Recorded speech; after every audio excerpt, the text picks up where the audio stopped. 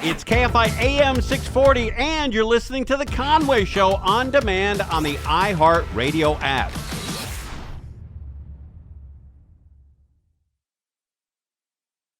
Mark Thompson sitting in for Tim Conway Jr. Many loved Johnny Carson. The Tonight Show was an institution. And I'd say as entertainers go, he was iconic at a time when late-night TV was so very relevant. You could say it's relevant now, even in a different way, just the way that the late-night slots have been redefined and have become relevant in a political way. But what I'm talking about is sort of a cultural relevance. And Johnny Carson was one of a kind. One obsessive fan has a podcast all about Johnny Carson and The Tonight Show. And now his first book called Love Johnny Carson. Mark Malkoff, welcome to KFI, sir. Mark, it's good to talk to you. Yeah, thank you. Of course, I grew up with Carson, and so very much intrigued. Oftentimes we'll watch, the clips are everywhere now. But I remember when... Yes. Yeah, go ahead. Yeah. No, I was going to say the clips. They have over 1 million subscribers on Johnny Carson's YouTube channel, the official one. And 30 years later, people are still talking about him. It shows you how amazing he was as a performer. Yeah. And it's funny. This is how dominant he was. I remember as a kid, they came out with a Tonight Show album, a record album. It was on vinyl. Yes. And you could play this album. It was like clips from the Johnny Carson. It was like YouTube, but think of it as a record album, sort of. And yeah, it was Rickles and it was Dangerfield and the best of the Tonight Show. You're right. Yeah, and I'd forgotten it until this very moment. Then you and I are talking, and I remember getting it and playing it over and over and over again. So your love of Johnny Carson is something that you have played out in this podcast for a while. In the podcast, do you discuss like different episodes of the Tonight Show, or how do you handle it there?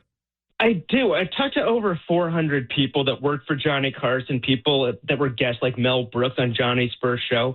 We talk about iconic moments like Johnny's writer Pat McCormick streaking, running naked across the stage during Johnny's monologue in 1974 or 75. And it's a lot of what actually happened, the backstories of. I was with Ed Ames, for example, in Beverly Hills. Ed Ames was in his 90s, and he's telling me about throwing a tomahawk.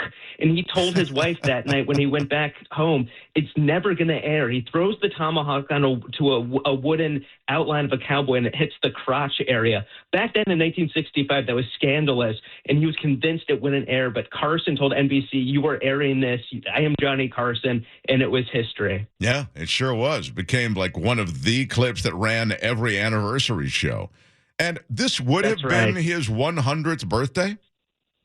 It would have been. October would have been 100. And, his brother Dick lived a very long life and passed away just a few years ago. But Carson was smoking 2 packs of Pall Malls a day, unfiltered. His dad was a chain smoker. Johnny started when he was 14, did not quit until he left The Tonight Show. And by then he had emphysema, and the rest of his life was just health challenges. How old a man was he when he passed away? He was 79 years old, and the last year he was writing jokes for David Letterman secretly. He was still having lunch with his writers. He was still in his poker game with Steve Martin and Chevy Chase and Barry Diller and Carl Reiner. He had friends, which I talked to the friends.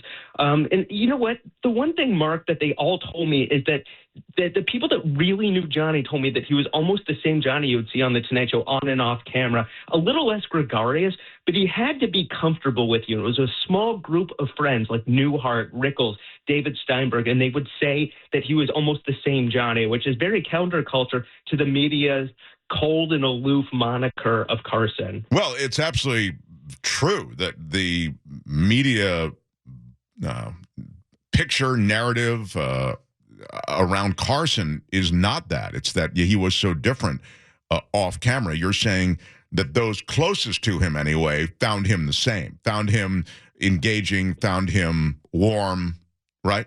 That's what you're saying. That's what they said. They said there was no one more loyal, but at the same time, the guy there were always threats to his life, and for self-preservation reasons, he had to shut down a little bit. I mean, he couldn't walk down the street without someone grabbing his arm. Mark David Chapman, who assassinated John Lennon, had a short list of people to kill if it wasn't Lennon, and Johnny Carson was on that list. The FBI was protecting him from threats, so he had to shut down sometimes. And that's what his friends said. It was just self-preservation. The people that knew him the best told me he was almost the same Johnny on and off, which I couldn't believe. You have a new book called Love, Johnny Carson. And in the book, you have a bunch of things that sort of dispel these rumors that you're talking about or dispel these kind of notions that were out there in the media. And just because you're talking about, wanting to kill Johnny Carson, all this stuff, it seems so extraordinary. There is a real story behind the story that was kind of out there that Joe Gallo, who's a mobster, wanted to kill Carson, and how Frank Sinatra saved Carson's life. Can you tell that story? That did happen in 1971 at Jilly's here in New York City. I live in New York City. Carson would talk on The Tonight Show about his struggle with drinking. He would say he'd be fine. He'd have one more drink too many, and he'd turn into Attila the Hun. Johnny would say some people get fun-loving when they drink. Johnny admitted he would want to fight the room. Johnny had drank too much, didn't remember this, but Joe Gallo had just gotten out of prison after a decade. Joe Gallo was in the bathroom, and Johnny did something inappropriate to Joe Gallo's girlfriend. Jilly Rizzo got Ed McMahon and Johnny out of there, and Gallo flipped out, and Sinatra was the one. Johnny and Dave Tebbutt, who was the NBC vice president, went to Sinatra, and Sinatra was the one that brokered peace deal with Gallo. And Gallo said, only because Johnny Carson, you're friends with Johnny Carson, does he live and breathe? And Gallo died less than a year later. He was killed down, shot by downtown in Little Italy, I believe. Wow. So, he was a dangerous, dangerous guy. But Johnny, when he drank, Ed McMahon would be his bodyguard and just try to get him back home. But it was something that Johnny would talk about on The Tonight Show. He would talk about his problem with being overly competitive. Like in 1971, he would have four TV sets going on in his apartment at 11:30. He'd be watching his show, Dick Cavett's show. David Frost had a show at the same time, and then he'd be watching. It was either Merv Griffin or Joey Bishop, but he'd be studying them like a coach, like a football coach. I mean, he was so competitive that something was going to suffer, and it was his marriages, and it was his kids, unfortunately. Yeah, that's really a reminder. You forget. Because just the era now, you can time shift, you can record things. That just didn't exist back then. And so you'd see these shows in real time. And I forget that he did, we think of him as this dominant personality, and he was. And his show was dominant. It was cultural dominance, media dominance. But for him, there was competition. Dick Cavett was on, as you say, Frost was on, etc. It's fascinating to hear that. Mark Malkoff's book is Love, Johnny Carson, One Obsessive Fan's Journey to Find the Genius Behind the Legend. It's on sale now. Mark, can you hang through the break, and just when we finish up, I'd love to just ask you a couple more things. I'd love to. Great. For sure. Thank you so much for asking. I grew up with Carson and The Tonight Show, and I remember never missing an episode when I was in high school, and it was just one of those things that for me was an institution of my life, kind of an organizing principle, and that's why I think late night television was that way for a lot of people. Anyway, more with Mark Malkoff, and we'll talk more of his book, Love, Johnny Carson, as we continue. Thompson here for Conway. You're listening to Tim Conway Jr. On Demand from KFI AM 640. Mark Thompson sitting in for Tim Conway Jr., talking to Mark Malkoff. His new book is Love, Johnny Carson, One Obsessive Fan's Journey to Find the Genius Behind the Legend. And Mark has been this super fan of Carson and has done a podcast for some time now, talking to past guests and producers and writers. I mean, Saget, Larry King, Michael J. Fox, Paula Poundstone, all these interviews, Carol Burnett, Mel Brooks. So congratulations on all the work you've done. And the book has a bunch of stuff about Carson and The Tonight Show. One of the things about The Tonight Show that was interesting, Mark, is I guess they have these, there were banned guests from The Tonight Show. And in your new book, you talk about, I mean, people I wouldn't have put on the list, like William Shatner. What was William Shatner banned from The Tonight Show for? William Shatner, for about 2 or 3 minutes on his third appearance with Johnny, wouldn't let Johnny get a word in. He was long-winded. He did not stick to the pre-interview, which Shatner was supposed to tell an amusing story. Carson was bored. The audience was bored. That was strike one. Strike two is Shatner turned his back to Carson and turned to the previous guest, Buddy Hackett, and they ignored Carson for a little bit of time. Strike three was back then, you were not allowed to say the network of your show. So Shatner was on TJ Hooker. He was allowed to promote that, but he wasn't allowed to say it was on ABC.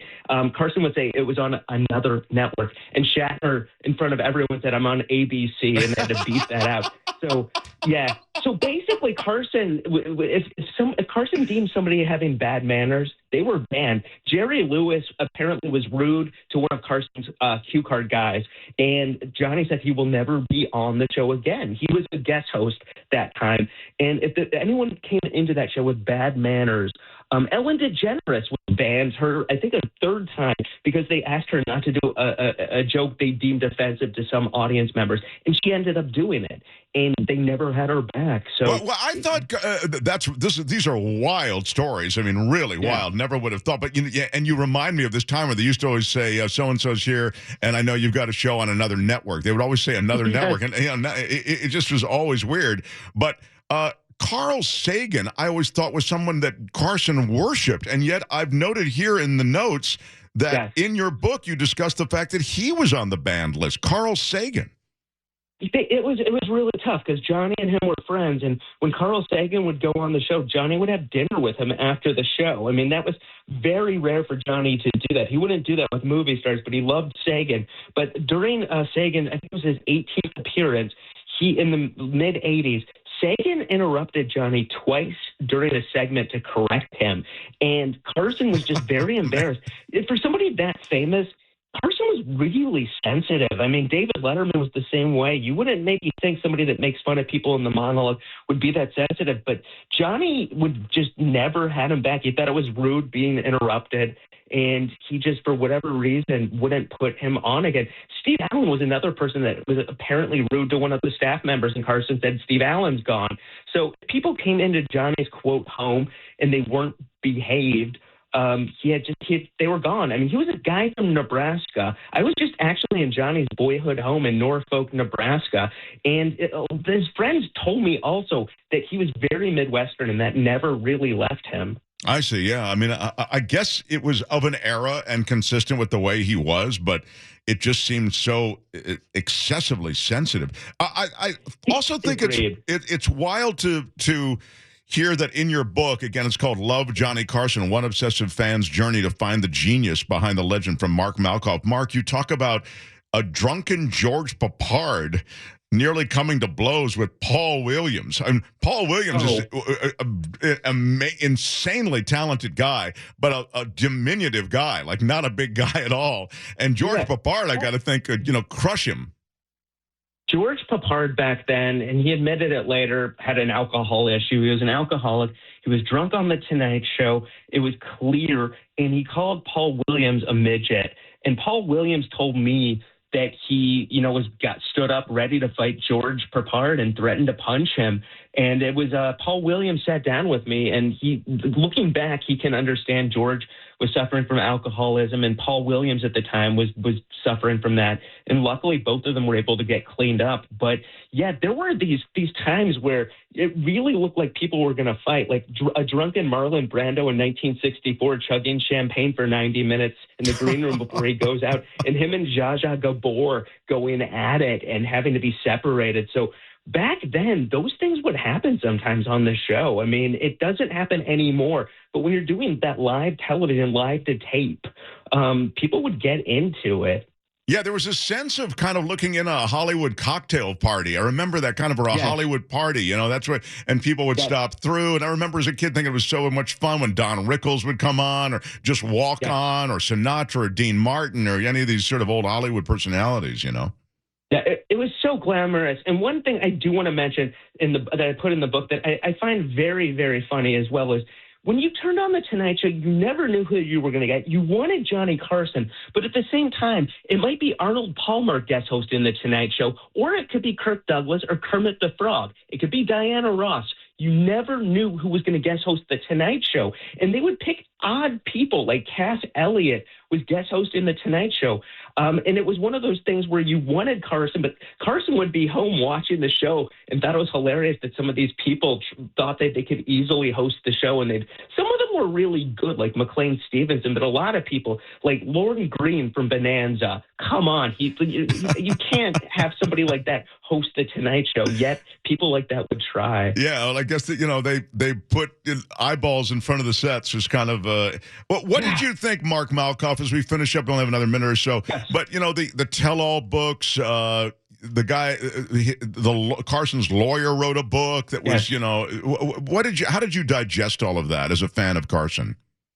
You know what? I mean, I didn't know until I started talking to all of Carson's friends and the people that worked for him. The reason the book is called Love Johnny Carson is because the people kept telling me, I love Johnny Carson. It was completely opposite of Johnny Carson's lawyer's book, which was pretty negative, I have to say. And he would make these claims that are untrue, that Johnny Carson died all alone. And that's not true. Johnny died. He had his wife, Alex, there. Two of the sons were there. He had family with him. He had friends.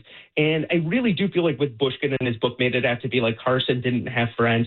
And from talking to these people, it's just a completely different Johnny Carson. And yes, people like Wayne Newton and there's a couple people like Joan Rivers had problems with him, but it was only a handful of people. And I do go into that. I mean, Joan Rivers tried to take Johnny's producer, Peter LaSalle, to Fox, tried to take every one of Johnny Carson's talent coordinators, offered to double their salary. There's more to the story, and I go into that in the book. Well, the book is Love Johnny Carson, One Obsessive Fan's Journey to Find the Genius Behind the Legend.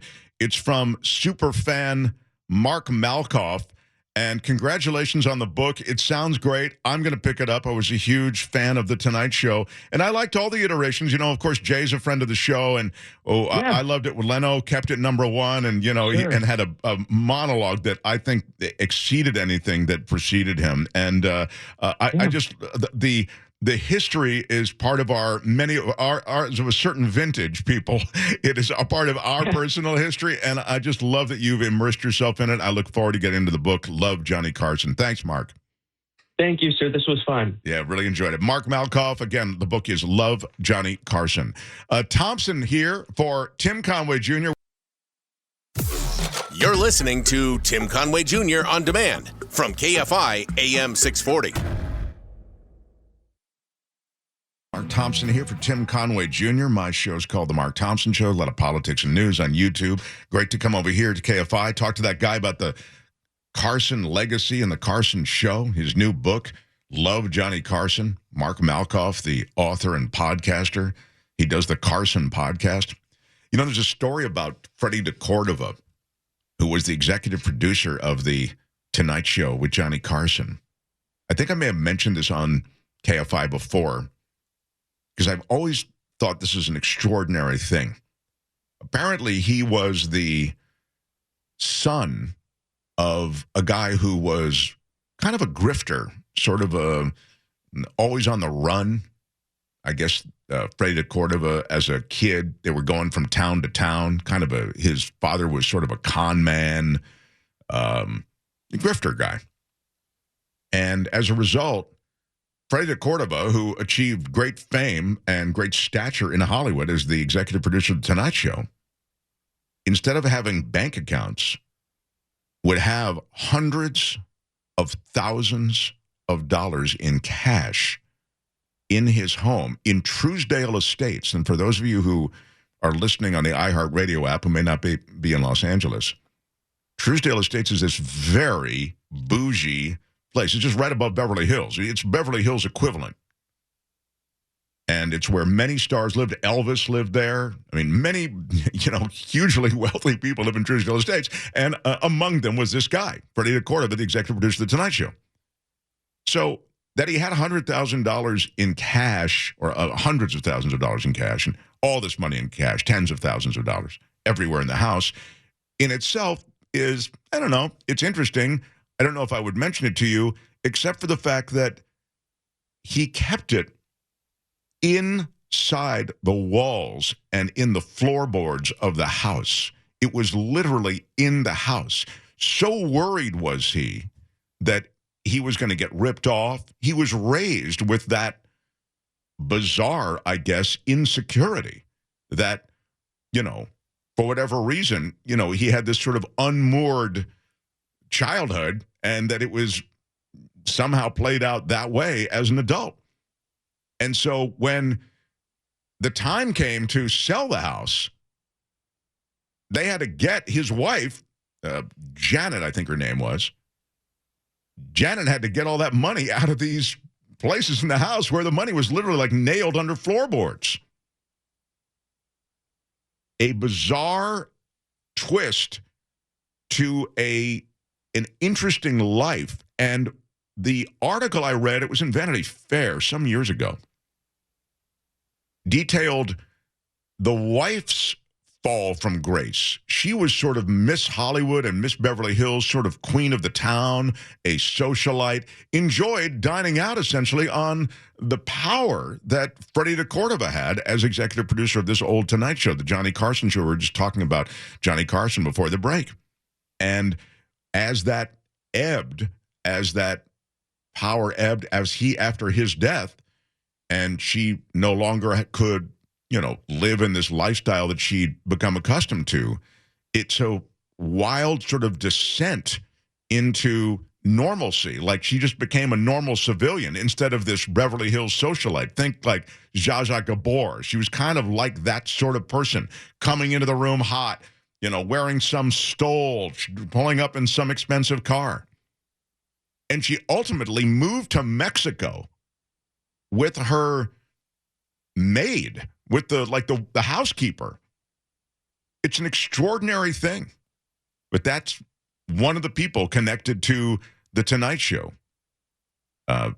Connected by marriage, but married to the executive producer, Freddie DeCordova. Always thought that was a wild story. And I leave you with this wild story, too.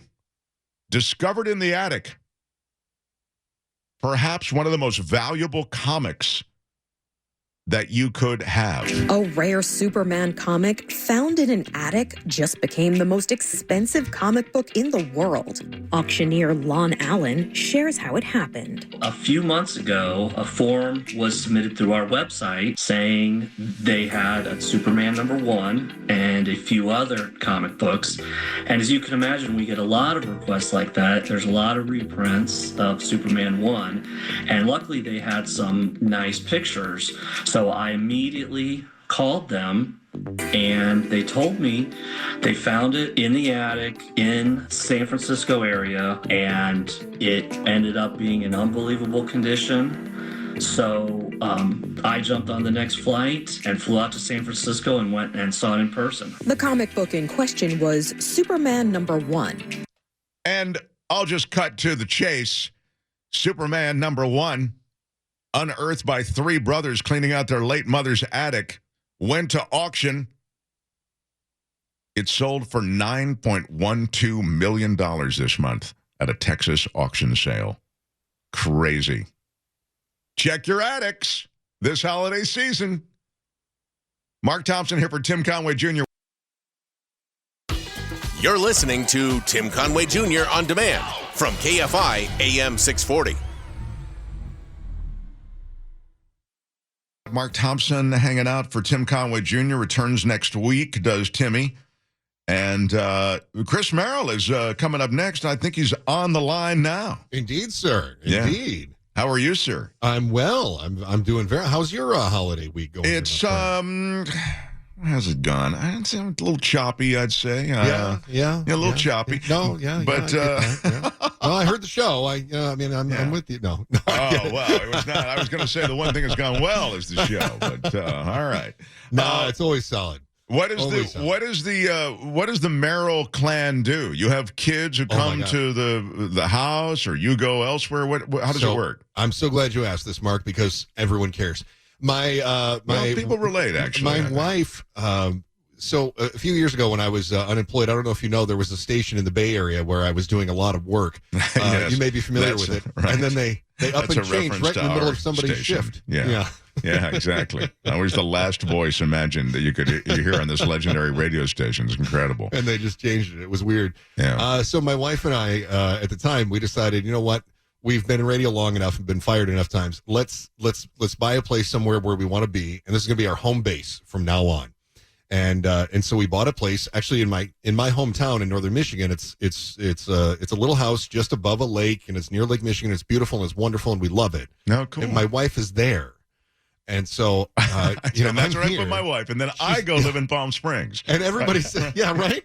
And everybody says, everybody's like, "Are you guys okay?" Yeah, we're doing great. I think it's the best thing for a marriage. You put her in northern Michigan, and you go live in California. Yeah, it works for us. It works great. But anyway, she's not here for Thanksgiving, but her family is here. And so she says, "Well, you can go spend time with my family." Oh, yes, that's what I want. I want to go spend time with the in-laws. Well, by now you must like them. But wait a minute. I'm going to go back to where she is now. Yeah. So explain that. I'm sorry. Where is she when you're where and she's where? So I'm here, and then she is in this my hometown. I call it it's kind of the Malibu of the Midwest. All right.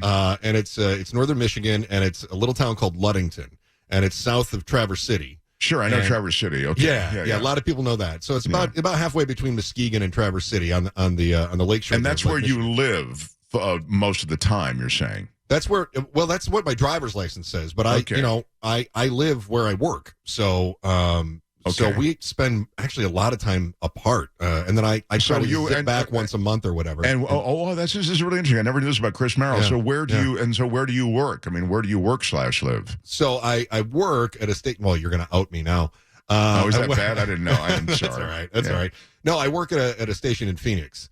And, really? Oh, this is wild. I didn't know that. I thought you were in Michigan this whole time. Oh, no. When you and I were doing stuff together, I was. But no, I work in Phoenix every day.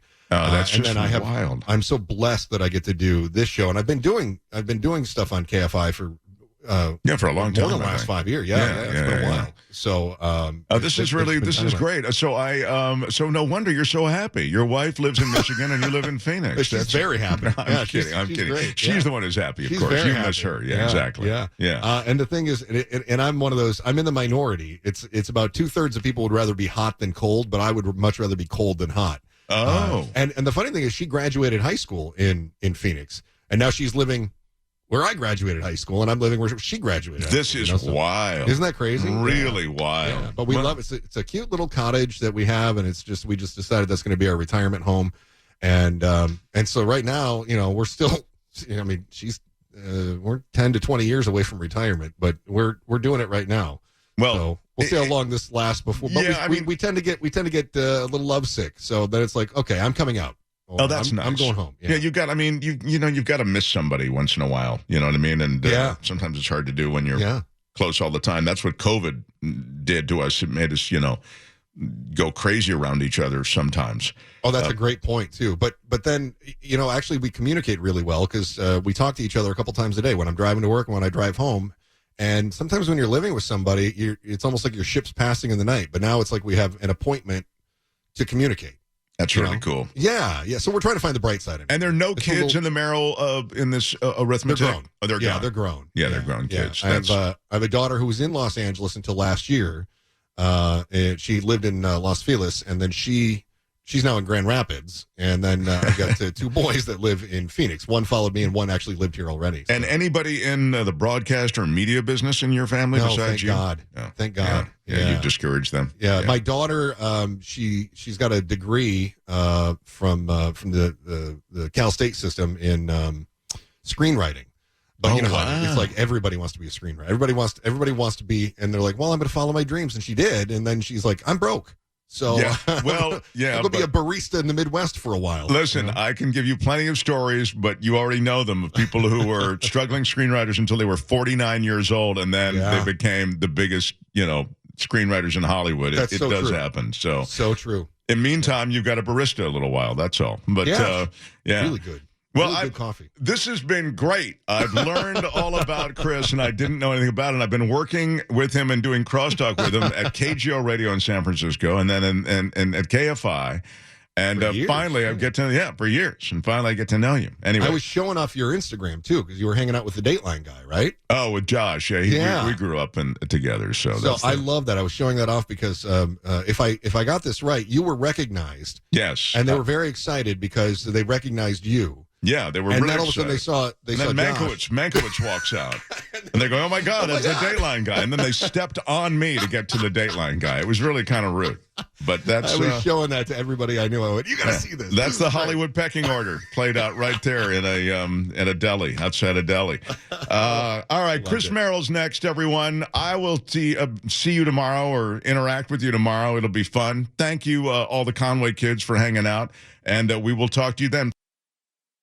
Conway Show on demand on the iHeartRadio app. Now, you can always hear us live on KFI AM 640, 4 to 7 p.m. Monday through Friday, and anytime on demand on the iHeartRadio app.